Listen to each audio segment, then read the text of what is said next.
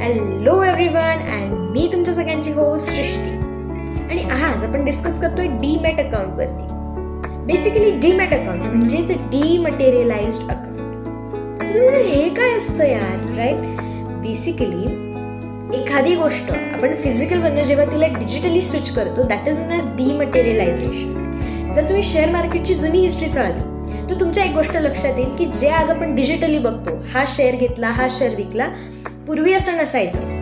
पूर्वी तुम्हाला ते जे घेतलेले तुमचे शेअर्स आहेत, कोण या शेअर्सचं शेअर होल्डर आहे, कुठल्या कंपनीचे किती शेअर्स किंवा किती स्टॉक्स आपण घेतलेले आहे, हे पूर्वी पोस्टाने किंवा लेटरवरून आपल्याकडे यायचं, राईट? हे एक लेटर असायचं ज्याला शेअर सर्टिफिकेट असं म्हटलं जायचं. याच्यावरती सगळी डिटेल्स असायचे की कुठल्या कंपनीचे किती शेअर्स आहेत, कुणी घेतले आहेत, किती वेळेपर्यंत ते घेतले, राईट? पण प्रॉब्लेम काय व्हायचा की हे एकतर हरवून जायचं, फाटून जायचं किंवा खूप मेनी प्रॉब्लेम्स, ठीक आहे? सो या प्रॉब्लेम्सवरती एक सोल्युशन असं करण्यात आलं की या सगळ्या गोष्टी डिजिटली शिफ्ट करण्यात आल्या. म्हणजे काय, तर तुमच्या मोबाईलमध्ये तुम्हाला हे सगळं काही दिसायला लागलं, ठीक आहे? सो डीमटेरियलाइज अकाउंट म्हणजे काय, तर आपल्याकडे हे सगळा जो काही आपल्या शेअर्सचा डेटा आहे हा आता फिजिकल फॉर्ममध्ये नाही तर डिजिटल फॉर्ममध्ये आपल्याला बघायला भेटतो.